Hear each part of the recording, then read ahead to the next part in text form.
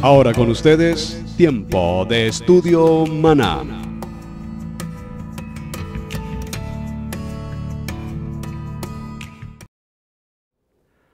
Bien, mis amados hermanos, bienvenidos a este tiempo especial de Estudio Bíblico Devocional. Su hermano Pastor Roberto Alfaro les saluda y les doy la mejor y cordial bienvenida. Estamos originando desde la ciudad de Cherryville, Carolina del Norte, en los Estados Unidos, y estamos compartiendo el maravilloso, apasionante estudio bíblico devocional. Recuerden nuestro lema: amar la palabra, aprender la palabra y vivir la palabra. Parashá de la semana, el parashá maravilloso de Jitro, suegro de Moisés, abuelo de Gerson y Eliezer, padre de Séfora y por supuesto un hombre llamado el Cohen, sacerdote de Madián. Hemos visto en el recorrido del capítulo 18 en el libro de Éxodo la importancia maravillosa donde da comienzo este parashá, como lo mencionamos desde un principio, cuán importante es la vida de Jetro, al punto que precisamente la Torá se toma el tiempo de dedicarle particularmente un parashá a su nombre. No tenemos un parashá particularmente que diga Abraham o que hable de Isaac o que diga incluso Moshe, aunque por supuesto todo Éxodo y aún todo Bereshit nos menciona su vida, su recorrido, su trayectoria hasta el tiempo de su muerte. Pero Jetro, sin lugar a dudas, ocupa un lugar extremadamente importante. En lo que hemos avanzado del capítulo 18 concluimos algunos aspectos importantes y básicos que quiero retomar. Básicamente en el capítulo 18, verso 1 dice la palabra: oyó Jetro, sacerdote o Cohen de Madián, suegro de Moisés, todas las cosas que Moisés habló respecto a lo que había sucedido al pueblo de Israel en este proceso de salir de la esclavitud de Egipto. Y todo este proceso es tan importante porque en el verso 11 puntualmente anunciamos cómo ahora Jetro dice esta palabra: ahora conozco. Este ahora conozco nos habla de un nivel especial de emuná en la vida de Jetro. Cuando digo un nivel especial de emuná, ¿a qué me refiero? Pareciera ser que muchos creyentes se hacen creyentes, espero que la expresión sea correcta, se hacen creyentes cuando a su vida ha llegado un milagro. Es decir, muchos creyentes caminan por un camino de los milagros. Y es el ejemplo evidente que conocemos a través de la vida de Yeshua. Multiplicación de los panes y los peces, resurrección de Lázaro, la mujer que toca el manto y cesa el flujo de sangre, la resurrección de Tamita. Todos los milagros que Jesús hacía, dice la palabra, que las gentes le seguían y le seguían y le seguían. Sanidad de los leprosos, resurrección, milagros, provisión, alimento, darle la vista al ciego, sanar al paralítico. Y lastimosamente nos preguntamos cuántos de todos aquellos que seguían a Yeshua lo seguían a él como persona, como Mesías, como el Mesías, o realmente lo único que buscaban era simplemente encontrar un milagro. Esa es una pregunta para el siglo XXI. ¿Cuántos de tantos miles de millones de gentes en el mundo entero?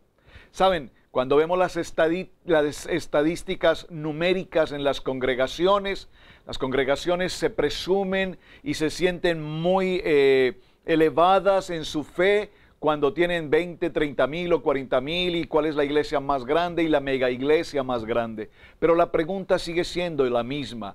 ¿Estamos buscando el milagro, los milagros, o estamos caminando en una porción de emuná, de fe auténtica, de la fe verdadera, no de una fe ocasional, no de una fe emocional, no de una fe, repito, de milagros? Por supuesto, cuando tenemos fe y somos creyentes en el corazón y tenemos el temor de Yahweh, por supuesto, y lo puedo decir por testimonio, a nuestra vida diariamente veremos la mano de Dios obrando a nuestro favor. Como dice la palabra, con brazo extendido. Por un carril sube la oración y por el otro carril baja la bendición. Pero esto no es un asunto automático en el que tú simplemente dices, yo creo y ya he recibido el milagro. No, es un proceso, diga conmigo por favor, es un proceso que puede tardar mucho tiempo para algunos, para otros posiblemente sea mucho más práctico,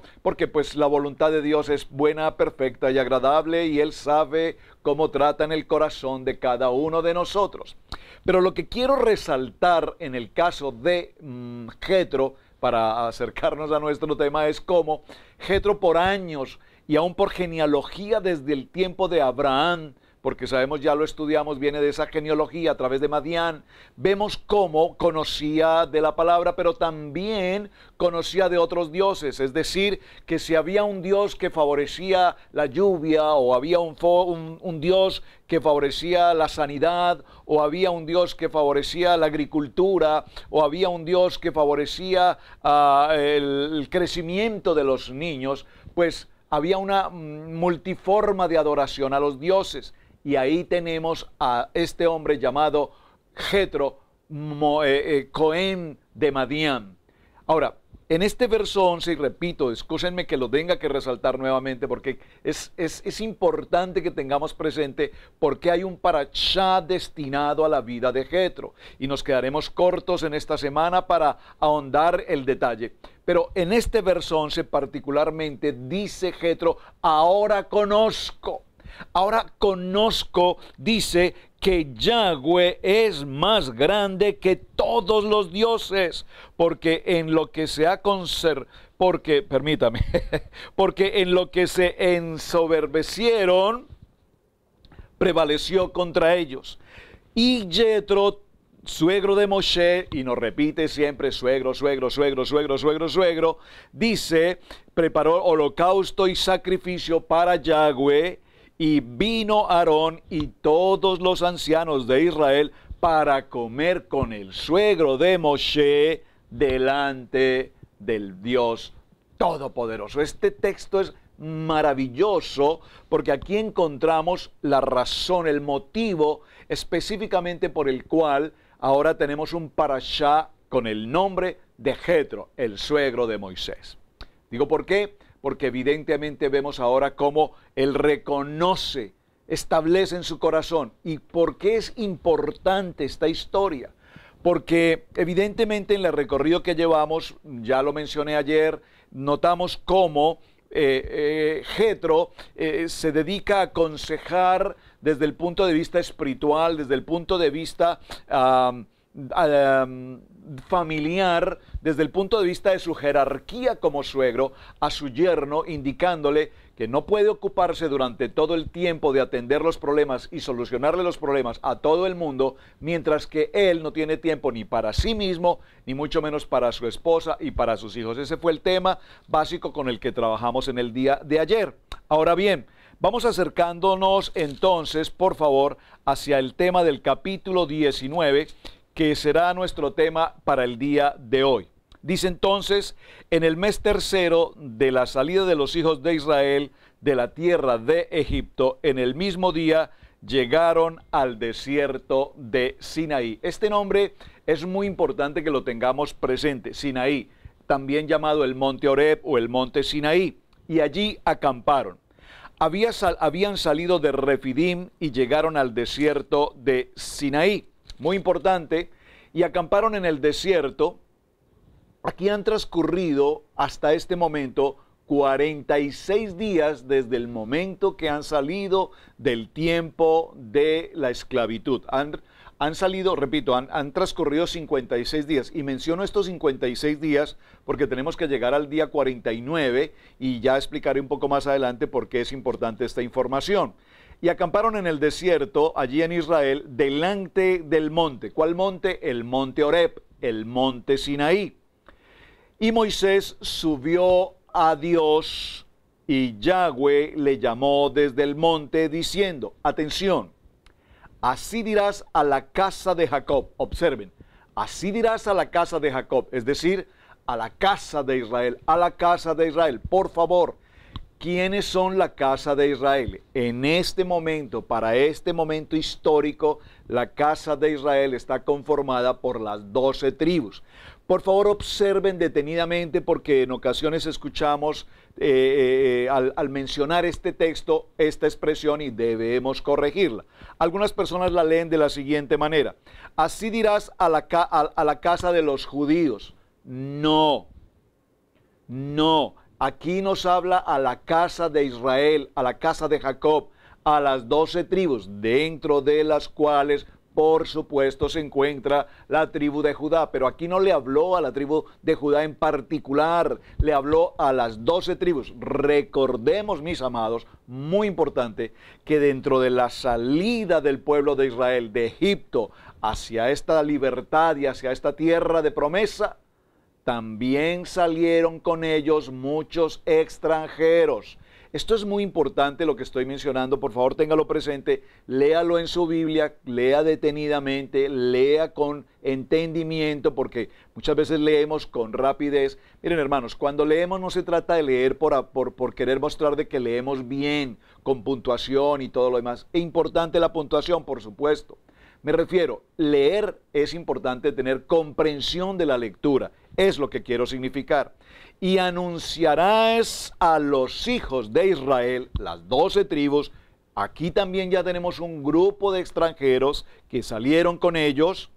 Vosotros visteis lo que hice a los egipcios y cómo os tomé sobre alas de águilas y os he traído a mí. Ahora pues, si dieres oído a mi voz y guardares mi pacto, por favor, guardares mi pacto. Esta palabra del verso 5 en el capítulo 19, necesito por favor, subraya esta frase, circula esta frase, que es bien importante, la vamos a considerar un poco más adelante. Guardaréis mi pacto y vosotros seréis mi especial tesoro sobre todos los pueblos, porque mía es toda la tierra. Mía es toda la tierra, yo la creé, yo fundé los cielos, las estrellas, los planetas, todo cuanto existe, todo lo he creado. Entonces dice el verso 6, dice, y vosotros me seréis un reino de sacerdotes y gente santa.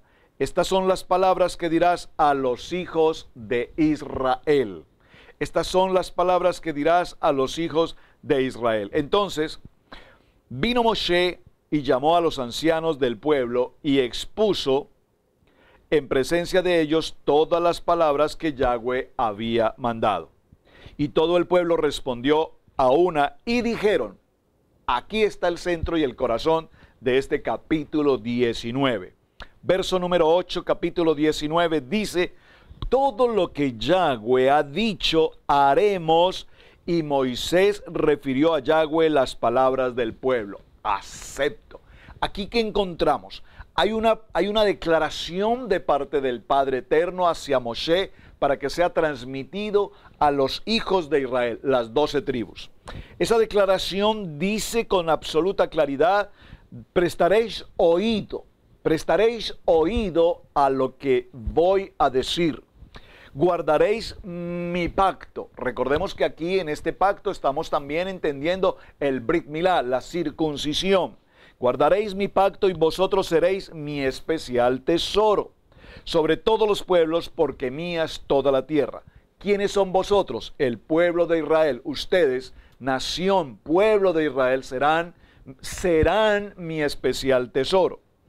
Y vosotros me seréis un reino de sacerdotes. Y lo importante que para resaltar, repito, en el verso 8 es que todo el pueblo, ¿cuál pueblo? Todo el pueblo de Israel, incluyendo extranjeros que salieron con ellos, dijeron a una sola voz, haremos. Es decir, que aquí se confirma un pacto. Hay un pacto entre el Rey de Reyes y el pueblo de Israel. Este pueblo de Israel es la novia. Este Rey Yahweh Todopoderoso es el novio. Y en esta respuesta hay un pacto que conocemos como un pacto matrimonial. La ketubá, hay un compromiso, hay un pacto. Observen, no es un asunto de contrato. Hoy, lastimosamente, el matrimonio se ha convertido en eso, en un contrato civil, mediante una firma en la cual nos disponemos a hacer determinadas acciones el uno, determinadas acciones el otro. Si en el transcurso del tiempo no se dan cumplimiento a estas circunstancias o parámetros del contrato, se da por terminado el contrato, se diluye el contrato y quedamos separados o divorciados mejor. Entonces, aquí vemos que hay un pacto en el que la novia Israel declara, expresa de conformidad espiritualmente que haremos todo cuanto el Padre Eterno nos ha ordenado que debemos hacer. Muy importante este aspecto. Entonces dice Moshe, refirió a Yahweh estas palabras y dice Moshe al Padre Eterno, el pueblo, todo el pueblo a una voz aceptaron el compromiso, el pacto que hoy estamos celebrando. Entonces Yahweh dice a Moisés, he aquí, yo vengo a ti en una nube espesa para que el pueblo oiga. Por favor, leamos con detenimiento esta porción del verso 9. Yahweh le habla a Moisés y le dice, he aquí, yo, Yahweh, vengo a ti, Moshe, a ti. No dice, vengo al pueblo. No dice, vengo a Israel. No dice, vengo a toda esta nación. No. Vengo a ti, Moshe, en una nube espesa, para que el pueblo oiga mientras yo hablo contigo. ¿Observaron este punto tan extremadamente importante? ¿Qué está diciendo el Dios eterno a Moshe? Yo voy a hablar contigo, Moshe, contigo.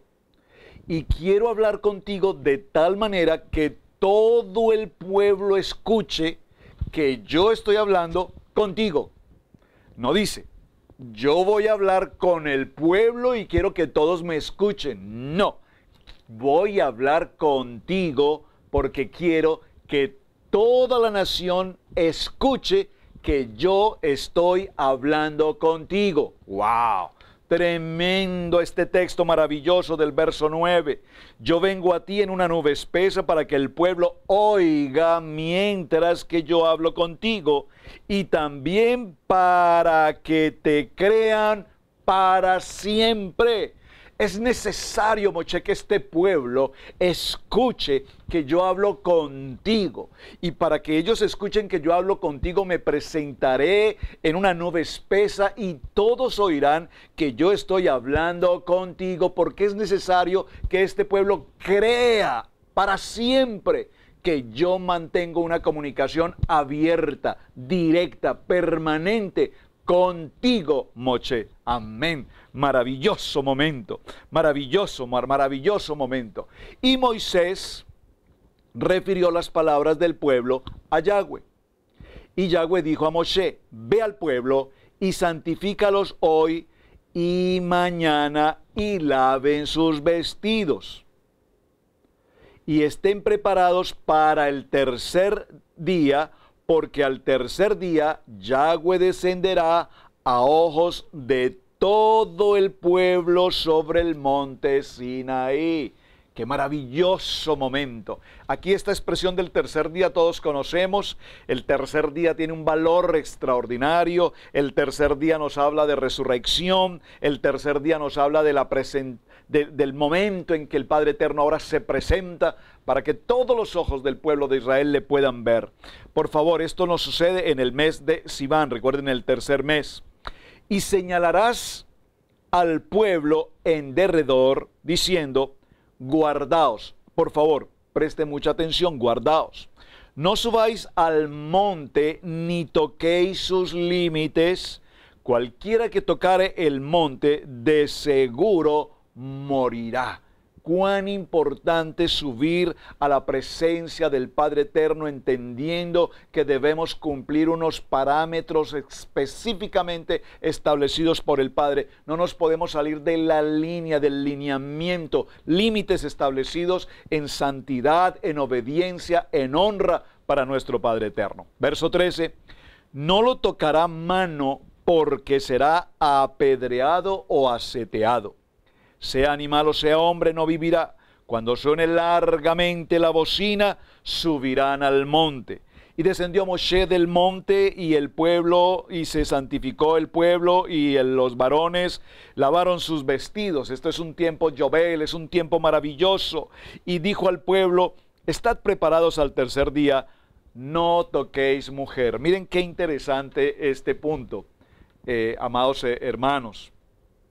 Uno de los requisitos para los varones era precisamente para los hombres de Dios tener tanta pureza, tanta santidad, tanto compromiso con la palabra, que dentro de todos los lineamientos por 3 días el hombre no podía llegar a tener ningún tipo de intimidad en la mujer o con su mujer, y el texto así nos lo indica. Muy importante, era un encuentro con el Padre Eterno, un encuentro en el que se debía estar en toda una condición física y espiritual de pureza y de limpieza total para con el Padre. Aconteció que al tercer día, cuando vino la mañana, vinieron truenos y relámpagos y espesa nube sobre el monte y el sonido de bocina y muy fuerte, y se estremeció todo el pueblo que estaba en el campamento. Es maravilloso porque el Padre Eterno indica paso a paso cada detalle, cada circunstancia de lo que ha de venir, de lo que ha de suceder, de lo que debía estar pasando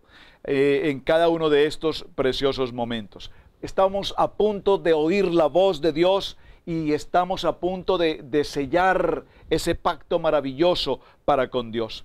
En el segundo libro a Corintios, en el capítulo 6, verso 17, dice la palabra, por lo cual salid de ellos y apartaos, dice el Señor, y no toquéis lo inmundo, y yo os recibiré, y seré para vosotros por Padre, y vosotros me seréis hijos e hijas, dice el Señor, el Padre Todopoderoso. Primer libro de Pedro, capítulo 2, verso 9, dice la palabra, mas vosotros sois linaje escogido, real sacerdocio, nación santa, pueblo adquirido por Dios, para que anunciéis las virtudes de aquel que os llamó de las tinieblas, de la oscuridad, de la esclavitud, a la luz admirable, a la Torá, a la palabra, a la presencia del Dios Todopoderoso. Así es que Dios nos habla, Dios nos habló y Dios, por supuesto, nos sigue hablando en este mismo momento. Ahora, en todo este proceso que estamos desarrollando, mis amados hermanos, vemos cómo el pueblo se prepara y Yahweh habla a Moisés y le da indicaciones muy puntuales, específicas de santificación, de limpieza, de pureza en sus vestidos, en sus cuerpos, en su corazón, porque la presencia del Padre se avecina y va a estar precisamente en medio de nosotros. Vamos al verso 14. Y descendió Moisés del monte al pueblo y santificó al pueblo y lavaron sus vestidos. El día solemne y memorable de la presencia de Dios está a punto de suceder allí en el Sinaí.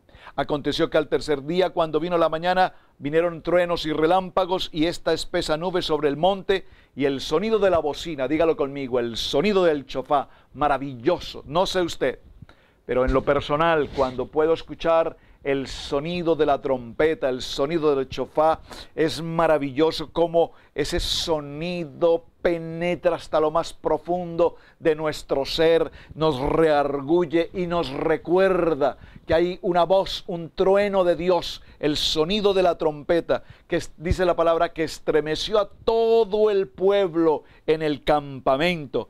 Y Moisés sacó del campamento al pueblo para recibir al Dios Todopoderoso y se detuvieron al pie del monte.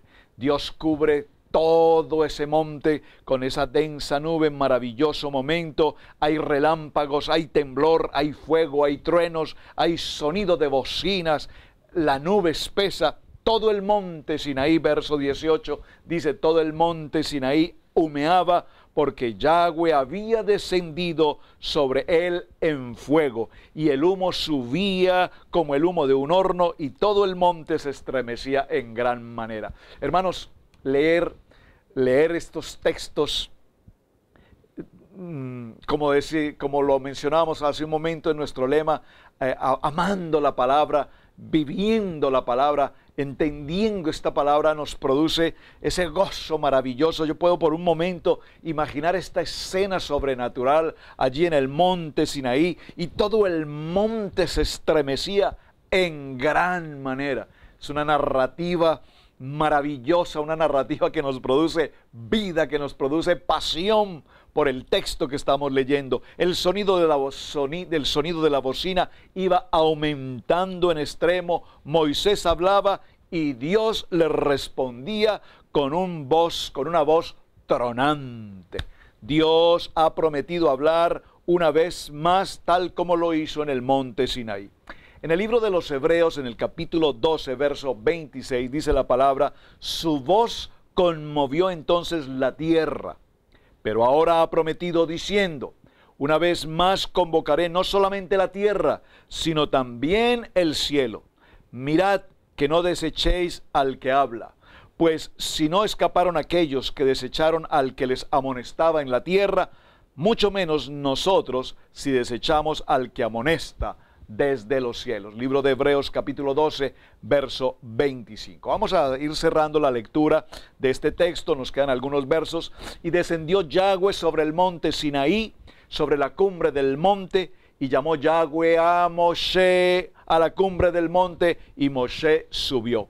Y Yahweh le dijo a Moshe: desciende, ordena al pueblo que no traspase los límites para ver a Yahweh, porque caerá multitud de ellos. Y también que se santifiquen los sacerdotes que se acercan a Yahweh, para que Yahweh no haga en ellos estrago. ¡Wow! ¡Qué advertencia tan extraordinaria! Ninguno puede acercarse a la santidad del Padre con intención, con egoísmo, con hipocresía, con intención cualquiera que sea de su corazón. Moisés dijo a Yahweh: el pueblo no podrá subir al monte Sinaí, porque tú no has mandado, diciendo: señala límites al monte y santifícalo.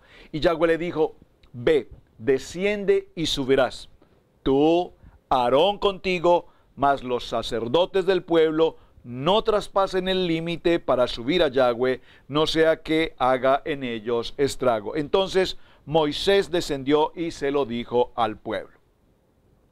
Muy importante este punto, porque vemos cuán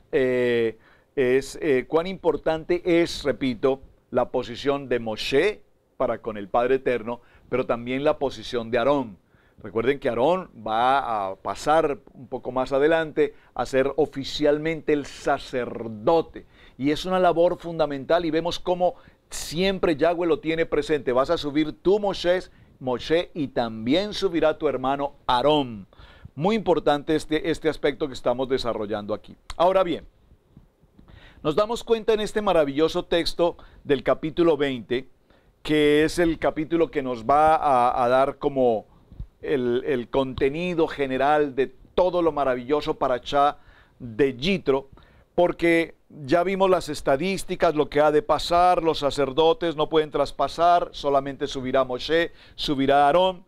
Y viene el capítulo 20. El año anterior o los años anteriores, cuando hemos hablado de este parashá, nos hemos detenido muy puntualmente, tal vez muchos de ustedes recuerden, esta tabla la he presentado año tras año, año tras año, año tras año. Si alguien la necesita, con mucho gusto envíeme su correo, yo se la envío. Aquí está toda la información de lo que vamos a ver en el capítulo 20, los mandamientos, los 10 mandamientos, el resumen, si puedo decirlo así, de los 613 misbot, ordenanzas, la importancia de cada una de las letras. Lo vimos los 2 años anteriores, la importancia de cada una de estas escrituras. Y este año, pues la verdad no quisiera detenerme en algo que ya hemos enseñado por 2 o 3 años anteriores. Lo voy a mencionar, pero me parece que en este año el enfoque que el Padre Eterno ha puesto en mi corazón es trabajar más en Jetro, la importancia de Jetro. Y hablando de Jetro, antes de entrar al capítulo 20, quiero recordar algo. Jetro viene a reencontrarse con su yerno Moshe, ya lo mencionamos, trae a los nietos, bueno, a los hijos de Moshe y a su esposa. Y el sacerdote, el Cohen Jetro, presenta consejo a Moshe, básicamente procurando la unidad familiar, recordándole: tú no eres un hombre solo, tú no eres un hombre soltero, tú eres un hombre casado, tienes un pacto matrimonial, yo soy tu suegro, tienes un pacto también conmigo, por lo tanto estoy en la jerarquía para recordarte cuál es tu lugar como hombre de familia, como padre y como esposo. Así es que ocúpate también de tu familia, tómate tu tiempo, es muy importante que lo hagas. Moshe le transmite la grandeza de señales y maravillas y vemos entonces el techuvá, la conversión de Jetro al poder sobrenatural de Dios a través de ese émuna. ¿Por qué es tan importante este aspecto? Porque la visita de Jetro no solamente fue hasta allí, es decir, no solamente vengo a entregarte tu esposa, vengo a entregarte tus hijos y me voy, tengo cosas que hacer. No. Jetro permaneció con Moisés hasta este preciso momento del capítulo 20. Jetro estuvo presente. Moshe sabe, porque ya el Padre Eterno así se lo ha dicho, que se va a presentar. ¿Qué mejor momento en el que Moshe comparte con su suegro y le dice: pero suegro, ¿cómo es que te vas a regresar a Madián? Ahora, en el momento más importante, cuando el Dios Eterno se presenta con nosotros y todos le vamos a ver, le vamos a escuchar, necesito que estés aquí. Por supuesto, Jetro está presente en este momento. ¿Y por qué es importante el Parashá Jetro? Vamos a ver en el capítulo 20 este detalle. Dice el verso 20: y habló Yahweh todas estas palabras. Habló Yahweh todas estas palabras. Todas estas palabras que tenemos en esta porción del resumen que hicimos el año anterior. ¿Recuerdan? Aleph, Bet, Gimel, Dalet, Hey. Todas están aquí. Estas palabras. Y observen. Yo soy Yahweh tu Dios, que te saqué de la tierra de Egipto, de casa de servidumbre. Esta primera porción del capítulo 20, yo soy Yahweh tu Dios, es lo primero que el Padre quiere que todo creyente tenga grabado y marcado en su corazón, en nuestro corazón, en mi corazón, que Él es el Dios eterno, el Dios todopoderoso, Yod-Hei, Vav-Hei, el yo soy. ¿Y qué dice? Dice que te saqué de la tierra de Egipto, de casa de servidumbre. ¿Por qué es tan extraordinariamente importante este texto? Mis amados hermanos, hasta nuestros días, hasta este preciso momento en el que estamos anunciando este parashá, este texto tiene cumplimiento, tiene eficacia, y si le puedo decir en un término jurídico, tiene absoluta legalidad o validez de lo que estamos leyendo. ¿Por qué? Porque sabemos, nuestra cultura latinoamericana o hispanoamericana, como usted prefiera llamarla, no tiene más de 500 y algo de años, 1492, entre comillas, descubrimiento de América, entre comillas, todo este fenómeno. Nuestras regiones, nuestras naciones, Centro, Suramérica, son invadidas, comillas, por el pueblo español, conquistadores, comillas.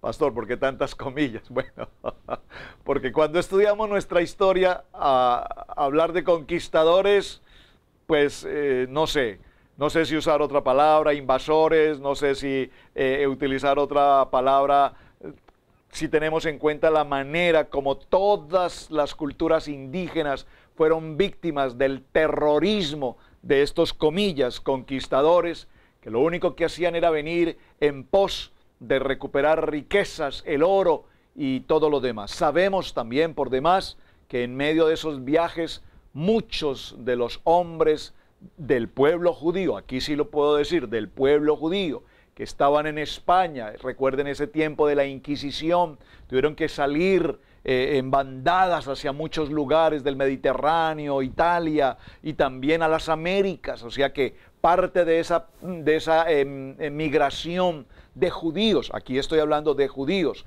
el pueblo sefardita, después del proceso de Inquisición, vienen hacia nuestras tierras y de allí tenemos precisamente la colonización también de muchos de esos pueblos hoy con la cultura del pueblo judío. Sin embargo,